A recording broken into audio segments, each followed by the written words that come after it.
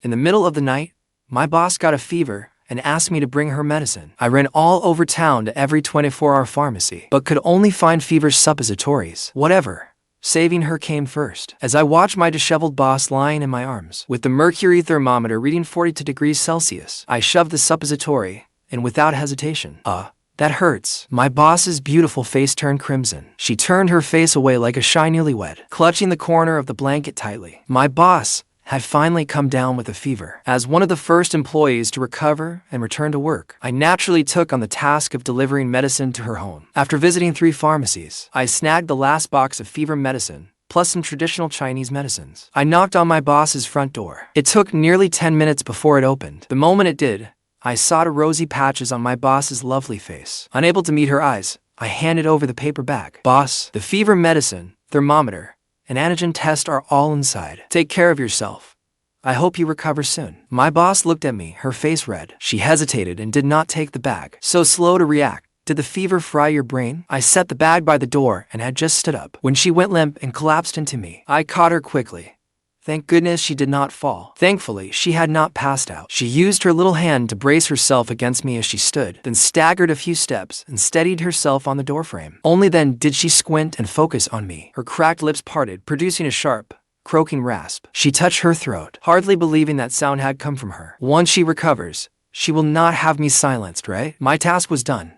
I really wanted to run for it, but I am just too kind. Mostly, I was afraid she would fall to her death at the door if I left, and my job would be gone with her. So I resigned myself to helping her to the sofa. I put the bag on the table and poured her some water. Then I took out the thermometer and checked her temperature. You never know until you check.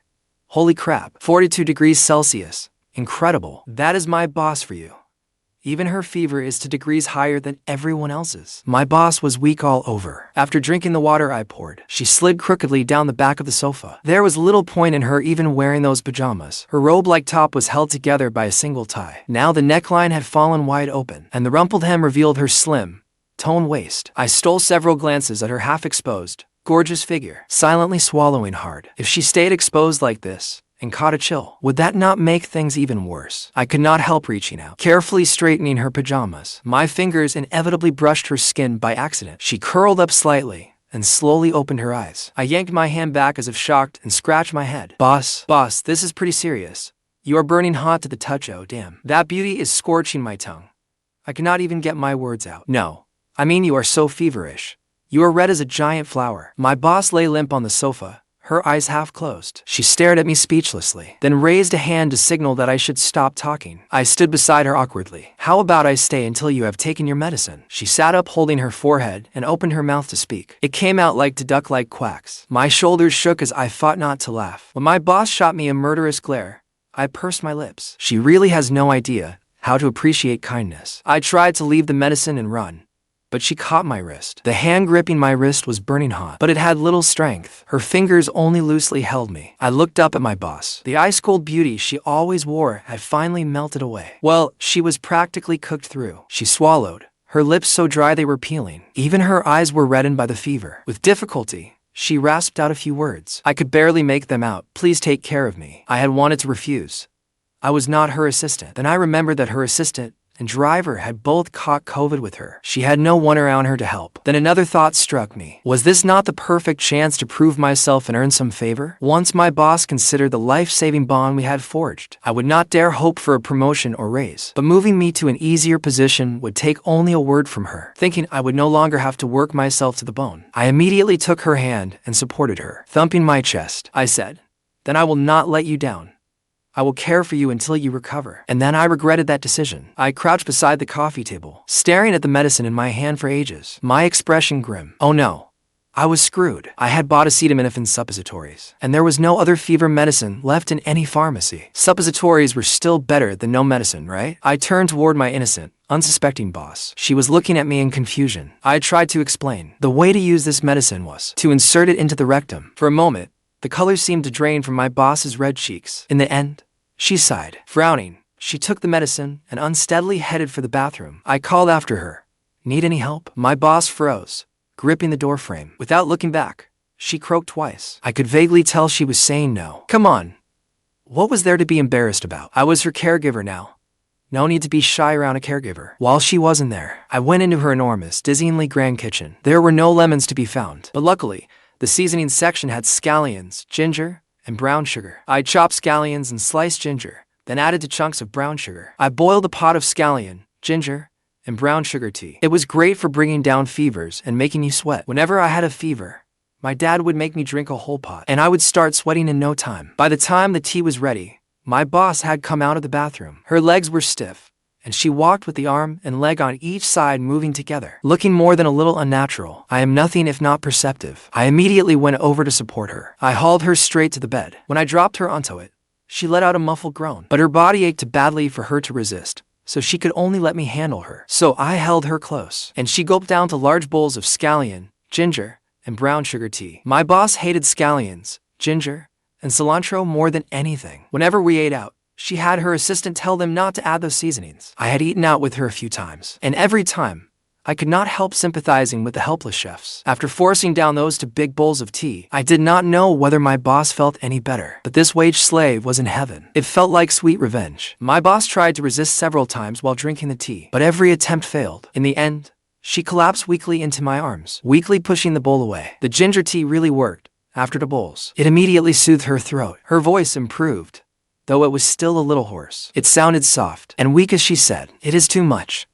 I cannot drink anymore." I casually made some plain noodle soup. My boss took 2 bites, then could not eat anymore. I slurped down a huge bowl. After eating, I took the panty liners and face masks from my bag and tossed them into the refrigerator. Then I put a homemade cooling patch on my boss's forehead. She was so feverish she was out of it, letting me fuss over her. Taking advantage of her illness, I made her drink another big bowl of ginger tea. Just before, she had been shivering even under the blanket. But after that bowl of ginger tea, her tightly furrowed brow slowly relaxed. I did not dare go far. I slept fully dressed on the bedroom sofa. In the middle of the night, I suddenly felt warmth cover me. I opened my eyes groggily. Under the night light, my boss stood beside the sofa, covering me with a thin little blanket. I sat up instinctively and took the blanket. "Thanks." My boss nodded, then turned and lay back down. A cooling patch covered her forehead. I could not help touching her face. Then her neck. It had been more than 4 hours.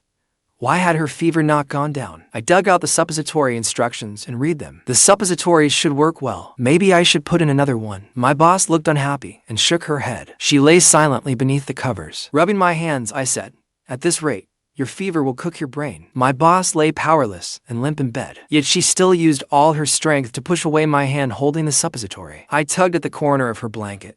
"This is life or death. Do not be shy." My boss struggled weakly, trying to defend the last of her dignity, but she still failed. I ruthlessly threw back her blanket. My voice was cold and merciless.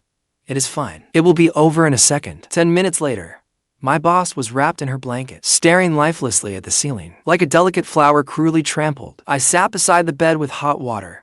When she saw me, she trembled and scooted farther into the bed. I smiled sweetly at her, holding out my palm to display the Lian Hua King Wing capsules. "Boss, take your medicine." My boss pressed her lips together. With 3 parts shyness, 3 parts humiliation, and 4 parts stubbornness, she turned away, as if her innocence had been defiled. Understandable. After all, a male subordinate in his 20s had just given her a suppository. But what did that have to do with me? I felt fantastic. "Dad, your son has finally made it." With her fever refusing to break, my boss could barely care for herself. The only person she could rely on was yours truly, insignificant as I am. I felt the smug delight of a petty man finally getting his day. I turned her face toward me, ready to force-feed her the medicine. But my boss suddenly sat bolt upright, deathly ill though she was. Before my startled eyes, she suddenly bent over and let out a loud retch before vomiting all over me. The capsules crushed in my palm as my whole body went rigid. I was speechless. What have I done to deserve this? After vomiting, she collapsed heavily back onto the bed and fell into an unconscious sleep. I glared viciously at her. If she opened her eyes, she would see that you cannot hide the look of wanting to murder someone. Why did this feeling seem so familiar? I fell into deep thought. Oh, I remembered. This was not the first time my boss had thrown up all over me. When I had just joined the department, I went out to dinner with my boss as a project lead for the first time. My boss drank too much, and our driver's wife happened to be in labor. In his panic, he dumped my boss on me. I was the one who cared for her until midnight then, too. In the middle of the night, she groggily grabbed my hand, shyly buried her face in my embrace, and threw up all over me. Then she shamelessly asked me to pat her back and lull her to sleep. She was my boss, the one who paid my bills. So I humored her. Resigned to my fate, I got up, quickly wiped the filth from my clothes, and cleaned the carpet with a carpet cleaning machine. When I returned to the bedroom, my boss was unexpectedly awake. Leaning against the headboard, she stared blankly at me for a while. Surprise, confusion, shame, fear, and unease flickered through her clear eyes before they fell still, as if she had finally realized why I was there. I spread my hands. Boss, have a change of clothes. My boss obediently nodded and dragged her sick body upright. She dug in an open set of pajamas out of the walk-in closet. Her cheeks were bright red. Meekly, she held the pajamas out to me with both hands, like a dazed little goose. I took the designer pajamas, which I had only seen in ads, and went into the bathroom. My boss was 5 feet 6 inches tall, so her pajamas were just short in every direction. My boss began coughing. When I leaned closer, she turned her head away and would not look at me. The 2 rosy patches on her cheeks became even more obvious. My heart clenched. Oh no, her fever was back.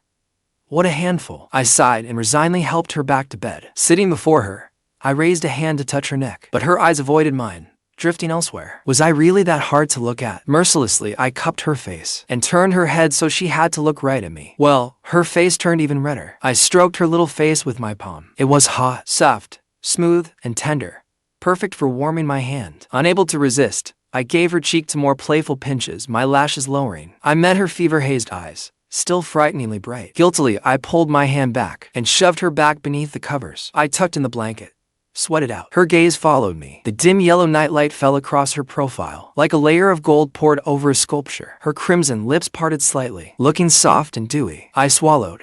Face was such beauty, it was hard to keep myself in check. You understand, right? So I grabbed the edge of the blanket and covered my boss's head with it. My boss flailed twice beneath the blanket, apparently suffocated awake a little. She snapped. Fang's you. Even delirious with fever, she still recognized me. She would not hold this against me once she recovered, right? I guiltily hunched my neck and instinctively replied. Understood. That damn corporate slave reflex. After half a night of chaos, my boss finally settled down. Wrapped in the little blanket my boss had given me, I curled up on the sofa to sleep. In the middle of the night, a falling sensation jolted me awake. I rolled over and pushed myself up in confusion. Rubbing my head, I looked around. I had fallen onto the floor. It did not hurt at all. My boss's carpet was seriously high-end. It was comfortable enough to sleep on the floor, so I did not bother getting up. I tugged the little blanket tighter and kept sleeping on the carpet. Later that night, half asleep, I seemed to float into the air again, but my eyelids were too heavy. I could not open them at all. I had already fallen to the floor, so it had to be an illusion. Whatever. I was too sleepy. Let me finish sleeping first. When I woke again, sunlight streamed through the floor-to-ceiling windows onto my face. I blinked and stretched. My boss's carpet was softer than my bed. I had slept unbelievably well. Wait. The thing under my hand did not feel right. Still groggy, I felt it again. Smooth, soft, and supple. A little too warm. I opened my eyes and followed my hand, meeting a pair of deep eyes. My boss was watching me with one brow raised. My hand had slipped beneath the hem of her pajamas. I had found a truly hot potato. I shouted, then instinctively kicked the person beside me away. A soft thud followed. Still reeling, I watched my boss's long fingers grip the bed frame as she climbed back up. Her face was flushed, with anger darkening it. Boss, I am so sorry. I frantically helped my boss back onto the bed. I rubbed my hair, wild as a bird's nest. As my mind slowly came back online, I stared blankly at the pillow beside my boss. How did I end up in my boss's bed last night? My boss seemed to see right through me. She opened her mouth to speak, but the moment she tried, her brows drew tight. After looking, listening, asking questions, and feeling her pulse, I diagnosed her from experience. She had reached the stage where swallowing felt like razor blades. I shoved my phone into her hand. Boss, use this. I leaned close beside her, watching her fingers dance across the screen. Looking at them now, my boss really had beautiful hands. Her hands were pale, long, slender, and soft. Her nails were trimmed perfectly clean. The veins on the backs of her hands ran up to her forearms. They looked striking, yet restrained and almost ascetic. My boss typed into the notes app. I carried you onto the bed last night. I was afraid you would catch cold. I froze. My boss was worried I would catch cold. Even seriously ill, she had carried me to the bed, and I had just kicked her weak body right off it. I was such an asshole. Then, smiling with her eyes, she continued typing. If you catch cold and fall ill, no one will be left to care for me. Fine. I had misunderstood that damn capitalist. My boss leaned weakly against the headboard. The flush had faded from her face, leaving her with a sickly pallor. She looked strangely pitiful. I reached out and touched her neck. It was not as hot anymore. She stared at me blankly, seemingly confused, and quietly leaned away. Hoarsely, and with effort, she said, I am sweaty. Dirty. Women really are so fussy. I shook down the thermometer and tucked the mercury thermometer beneath her arm. 37 degrees. After a whole night of trouble, her fever had finally broken. Just as I was about to breathe a sigh of relief, my boss made the remaining half catch in my throat. She said she wanted a shower. Oh my God. Save this germaphobe. I had suffered recurring fevers for 3 days and nearly blacked out showering after it broke. This was only her first day, and she dared to shower. Ignorance truly is fearless. Was she openly challenging Lord Ao's authority? I grabbed her pant leg. How about you hold off for now? Showering right now is dangerous. My boss tugged up the waistband I had nearly pulled down. In her grating voice, she insisted, I cannot take it anymore. I am taking a shower. Ignore good advice, and regret is just around the corner. You will regret this, boss. Uneasy, I stood by the bathroom door and listened. Water ran noisily for more than 10 minutes. Then came a loud bang. My heart lurched. Damn it. My prediction had come true again. I hurriedly pushed open the bathroom door. What met my eyes in the steam-filled bathroom was my boss, lying naked on the floor. The shower was still relentlessly pelting her face. I quickly turned off the shower. All the soap suds had washed off her body. My eyes involuntarily drifted down her exposed body. I had suddenly been forced to act like a pervert. I swallowed. This was really awkward. I wanted to leave, but I could not just let her die. So, eyes closed, I grabbed the bath towel from the rack behind the door. I tossed it over to cover my boss's suddenly exposed body. I tried calling emergency services several times but could not get through. Fair enough. These were unusual times. The medical system was overwhelmed, so it was normal not to get through. Besides, if I called an ambulance now, I might save my boss's life. But if she were carried into the hospital with her bare backside exposed, she would probably kill me once she woke up. Putting my phone away, I looked pityingly at my boss on the floor. I could not leave her lying there. Resigned, I sighed and loosened up my stiff limbs. I got behind her and lifted her up. With my arms under her armpits, I gritted my teeth and dragged her. I rescued her from the bathroom. By the time I got her onto the bed, I was drenched in sweat. That familiar flush had returned to her face. The moment I put a hand on her chest, I wanted to die. The fever I had just brought down had flared up again. I told you not to shower. All this trouble for nothing. I wiped away my sweat and made another pot of scallion, ginger, and brown sugar tea. I also took care of dinner while I was at it. Starving, I took a steak from my boss's fridge and fried it. My boss herself could not eat a thing, so I made her drink another huge bowl of scallion, ginger, and brown sugar tea. By nightfall, the thermometer hit 42 degrees Celsius again. Her fever had her talking nonsense. I was completely at a loss. Could she be seeing her great-grandfather? My gaze fell on the fever suppositories on the table. My feelings were truly complicated. Do not blame me, boss. To keep your immune system from attacking everything indiscriminately and frying that brilliant brain of yours. Forgive me. I flipped her over like a pancake. Ignoring her instinctive struggle, I inserted another fever suppository. She groaned and curled up like a shrimp. Still dripping wet, she stumbled into my arms. She clutched my shirt, her lovely brows whereupon together. I held my breath, peeled off my gloves, and shot them into the trash. I let her nuzzle against me a couple of times, until she found a comfortable position. Her head rested in the hollow of my neck, and her brow relaxed. Speechless, I pulled over the blanket, covering her after she had wriggled her bath towel off again. It covered her half-hidden waist and cough. I opened my phone and consulted an online doctor. Can someone who is delirious from a fever still survive? After waiting half an hour, the doctor was still typing. 5 minutes passed without a clear answer. Then my ears perked up. I leaned beside her and listened. No, that got me strangely excited. What was she seeing? What did she not want? No scallion and ginger tea. That tea saved your life. Still unwilling to let it go, I leaned closer. I tried to fish for some gossip. Boss, is there someone you like? Before I finished speaking, my boss suddenly opened her eyes. She scared the hell out of me. The light happened to shine directly into her eyes. Only inches apart, I could hear her slightly uneven breathing. My face reflected in her obsidian dark eyes. As she looked at me, her gaze was soft and dewy, like that of an innocent fawn. I sprang upright. Using both hands and feet, I scrambled to the end of the bed. An illusion. A massive illusion. She was a capitalist who sucked the blood of us working people. Just look at this luxurious apartment, where even her voice echoes. She could only afford it because I worked day and night. In a sense, my boss was being supported by me. I got my thoughts under control and looked back at my boss, just as I expected. Once she was awake, she was mortified and furious. She lifted the blanket and looked underneath. Then she stared at me with wide, shocked eyes. Do not look at me like that. I only saved your life. I did not defile your innocence. I explained it over and over. But even after my boss put on her pajamas, she still tilted her head, looking completely confused, as if she could not understand a word. Still, that puzzled little expression was rather cute. It had the beauty of someone missing a brainstem. I simply gave up explaining. Maybe she would forget about it once her fever broke. I picked up my little blanket and prepared to sleep on the sofa. But my boss tugged at my sleeve. I turned to see my boss's long lashes lowered, casting fan-shaped shadows across her delicate face. The tips of her ears were suspiciously red. Sleep here tonight. I clutched my pants, looking thoroughly wary. Is that really appropriate? She looked up, a hint of teasing in the upturned corners of her eyes. What do you think I could possibly do to you in my condition? She had a point. She should be worried about what I might do to her while she was so weak. Then she added, I am afraid I may need you tonight, and not be able to wake you. Fine. Overtime again tonight, right? This was my fate.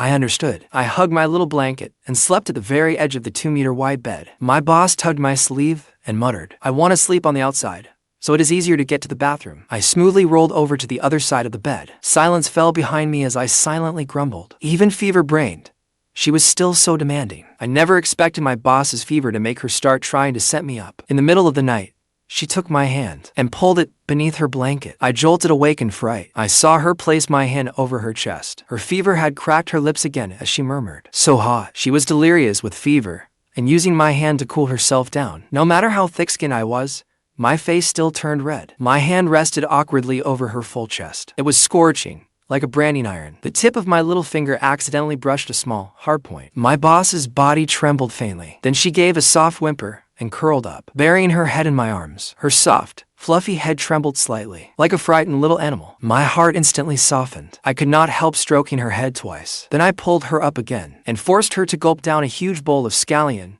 ginger, and brown sugar tea. I made her drink so much that she lay stiffly on the bed, with no strength left to cause trouble. Thanks to that huge bowl of scallion, ginger, and brown sugar tea I made her drink, my boss's fever broke in the latter half of the night. I slept peacefully, sprawling across the bed with wild abandon. When I woke, somehow I had rolled into my boss's arms. My head was shamelessly pillowed on something soft. Dampness seeped through her pajamas into my palm. I quietly withdrew my hand and swiftly rolled back to my own pillow. After I saw my boss get up and wash, she was energetic enough to lean against the headboard and look at her phone. I knew it was time for this humble servant to retire with honors. As long as she stopped making trouble and rested properly, she would recover within a day or two. I grinned. Boss, look, you have mostly recovered now. So should I. A thunderous fit of coughing cut me off. My boss suddenly covered her mouth with the back of her hand, coughing as if she would pass out any second. I quickly helped her catch her breath. She coughed until she collapsed weakly against my shoulder. The shaking of her chest made my body tremble too. Her lips accidentally brushed my neck. They felt soft and burning hot. Something strange began pounding in my chest. Fangs, you.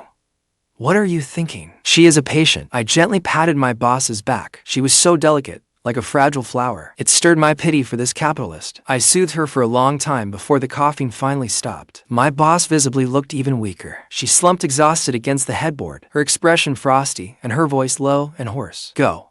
You do not need to care whether I live or die. After saying that, she lowered her eyes and pressed her lips into a thin line. She looked especially pitiful, which made me seem especially heartless. I stared at her. How could I do that? If you die, who will pay my salary? My boss's eyes brightened again. The corners of her lips lifted slightly. She picked up her phone and tapped out a few words. Then she leaned against the headboard and smiled at me. A trace of color returned to her pale face. Then please continue taking care of me, at least until food delivery is back to normal. I received a payment notification on WeChat. Are you trying to humiliate me with money? Do I look like someone who can be bought? Then I looked closer. 20,000 yuan. Please humiliate me to death. Thank you. With 20,000 yuan, I could look after her until she was fully recovered. Heh. What was that sound? It was not me, and it did not sound like my boss's raspy voice either. I glanced around. My boss's face suddenly darkened. She found her phone and picked it up. On the screen, an older man's face beamed at us. My boss stared at the phone speechlessly and called out, Dad. I stared in shock. When did the video call start? My boss mouthed silently. I hit it by accident. Her father was incredibly excited on the other end. I heard you tested positive. So, I hurried to video call you. And here I was, worrying about you. Girl. Good girl.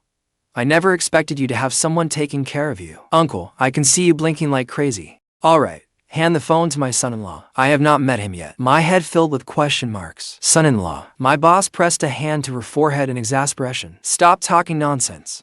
Hurry. Looking helplessly amused, my boss handed me the phone. I took it stiffly and waved at the camera. When her father learned that I was caring for her, he was deeply moved. He tactfully questioned me about my family. Then he practically ran a background check on me. I felt I was one question away from giving him my bank account password. My boss finally lost patience and snatched back the phone. Before she could hang up, her father's final words had barely left his mouth. "Sweetheart, hard times reveal true feelings. When this young man over, I have faith in you." I thought I heard a very soft hum of agreement. I must have been mistaken. Her father had clearly misunderstood the feelings a wage earner had for his boss. I did not think this was necessarily true love revealed by hardship. Our financial relationship was simply stable and dependable. There was almost no chance of deception or a change of heart. Once my boss's fever was gone, life became much easier. I only had to prepare her 3 meals a day. Afterward, I would sit cross-legged nearby and happily scroll through my phone. The sound of short videos and news explainers played aloud from my phone. One claimed that drinking coal after recovering from COVID could cause sudden death. I hurriedly closed the app and quietly turned my head. My boss was still staring intently at her phone. Though her ears were slightly red, I touched one.